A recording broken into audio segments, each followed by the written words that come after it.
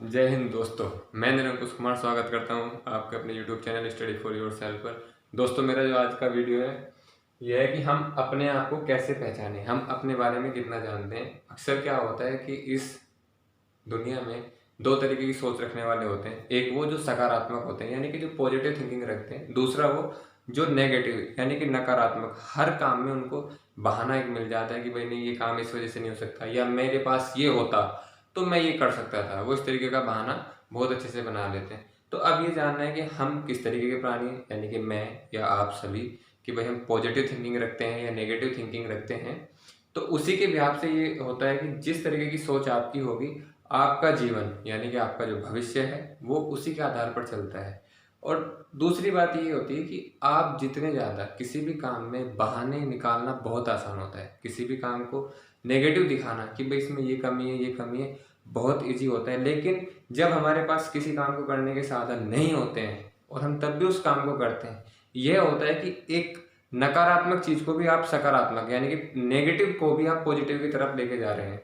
इसी के लिए साथ साथ ना मैं आपको एक कहानी सुनाता हूँ जो आपको ये समझने में सहायक करेगी कि हर वक्त हमें नेगेटिव नहीं होना चाहिए। कभी कभी हमारे पास चीज़ें नहीं होने के बावजूद भी हमारे अंदर इतनी योग्यता होती है, हमारे अंदर इतनी क्षमता होती है, इतनी इंटेलिजेंसी होती है कि हम वो काम बखूबी कर सकते हैं, बहुत अच्छे से कर सकते हैं।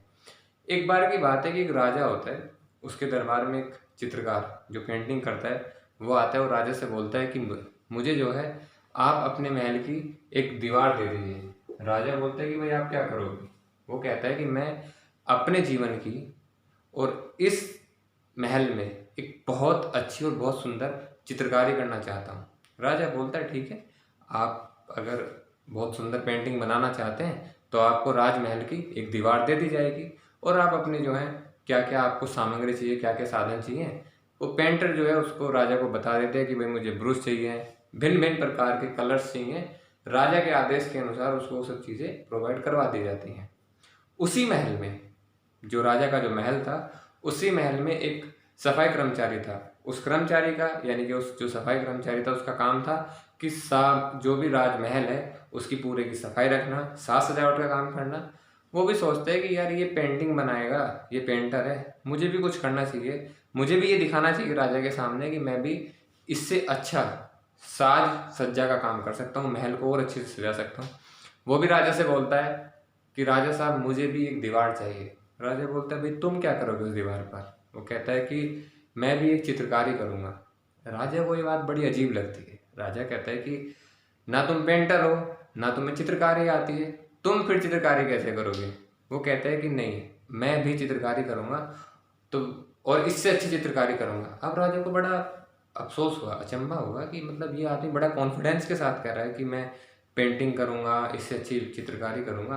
राजा उसको भी बोलता है, कहते ठीक है, आपको भी एक दीवार दे दी जाती है। सफाई कर्मचारी की शर्त यह थी कि उसे वो दीवार, जो चित्रकार है उसके सामने वाली दीवार दी जाए ताकि दोनों में कंपैरिजन किया जा सके, यानी कि कंपेयर किया जा सके भाई किसकी पेंटिंग अच्छी है। उसको ब्रश कलर दे दिए गए पेंटर को। सफाई कर्मचारी से पूछा गया कि आपको क्या चाहिए? कहते मुझे बस एक बाल्टी पानी और एक पोछा चाहिए, मतलब कपड़ा चाहिए।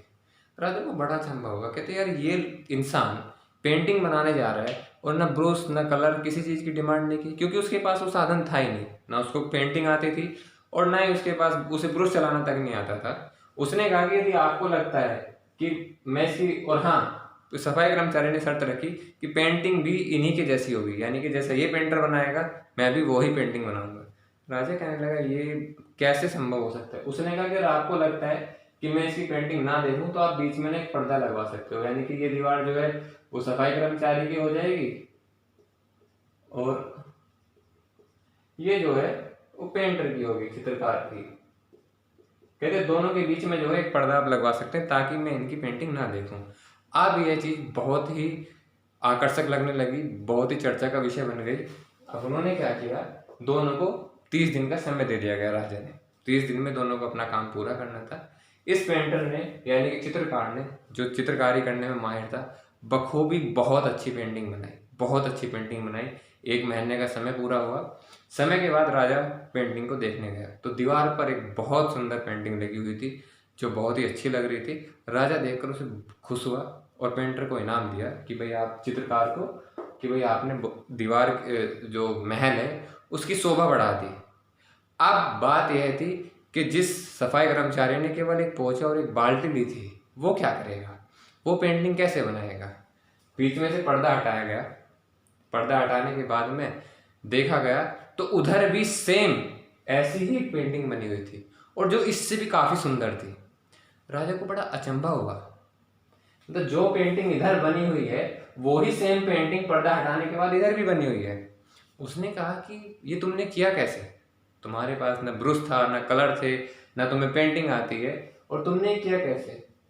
उसने और एक वो भी केवल एक बाल्टी पानी से और ये पोछे से, रोज उसको एक बाल्टी पानी लगती थी।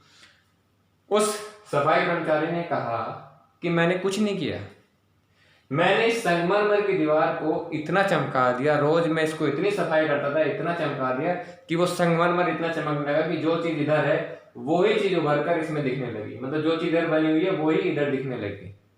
उसने संगमरमर की दीवार को रोज 1 महीने तक रगड़ कर इतना चमका दिया कि जो भी चीज उस संगमरमर के सामने रखोगी वो संगमरमर के पत्थर में दिख रही थी और अच्छी उभर के आ रही थी, इस पेंटिंग से ज्यादा अच्छी आ रही थी।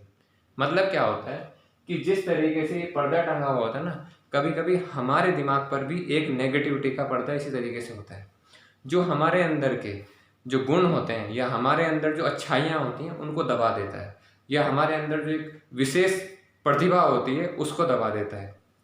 तो अगर आप देखेंगे इस सारे दुनिया में इस नेगेटिविटी यानी कि नकारात्मक के पर्दे को आप अपने दिमाग से हटा लेते हैं तो आप देखेंगे कि सारी दुनिया आपके अंदर है, इस पेंटिंग की तरह। यानी कि आप दुनिया में जहाँ भी ढूंढना चाह रहे हैं, जो कुछ ढूंढना चाह रहे हैं वो सब आपके अंदर है। फर्क सिर्फ इतना है कि आपको अपने दिमाग से ये नेगेटिविटी का जो पर्दा है, ये जो नेगेटिविटी का पर्दा है ये हटाना पड़ेगा। इस दुनिया में हर काम के लिए बहाना है। यदि आप कुछ करना चाहते हैं, वास्तव में कुछ करना चाहते हैं, तो आपको बहाना लगाने की जरूरत नहीं है, बस इस पर्दे को हटाने की जरूरत है और फिर आप देखेंगे सारी दुनिया की जो ताकत है वो आपके अंदर है। मोरल ऑफ द स्टोरी ये है कि हमेशा पॉजिटिव रहें, हमेशा ये बहाने ना बनाएं कि मैं ये काम इस वजह से नहीं कर पाया कि यार मेरे पास ये साधन नहीं थे। क्योंकि सफाई कर्मचारी भी अगर चाहता तो वो ये सोचता कि यार मेरे पास तो ना पेंटिंग आती है ना मेरे पास ब्रश है, लेकिन उसने दूसरी युक्ति लगाई। हर काम को करने के बहुत सारे तरीके हो सकते हैं, जरूरी नहीं कि पेंटिंग ब्रश और उससे ही बने, कलर्स से। पेंटिंग की एक छाया होती है, उसने उसको दिमाग लगाया, अपने दिमाग का यूज करो। और दिमाग का यूज तभी हो सकता है जब आप बी पॉजिटिव रहेंगे। इसलिए हमेशा पॉजिटिव रहिए, सकारात्मक रहिए।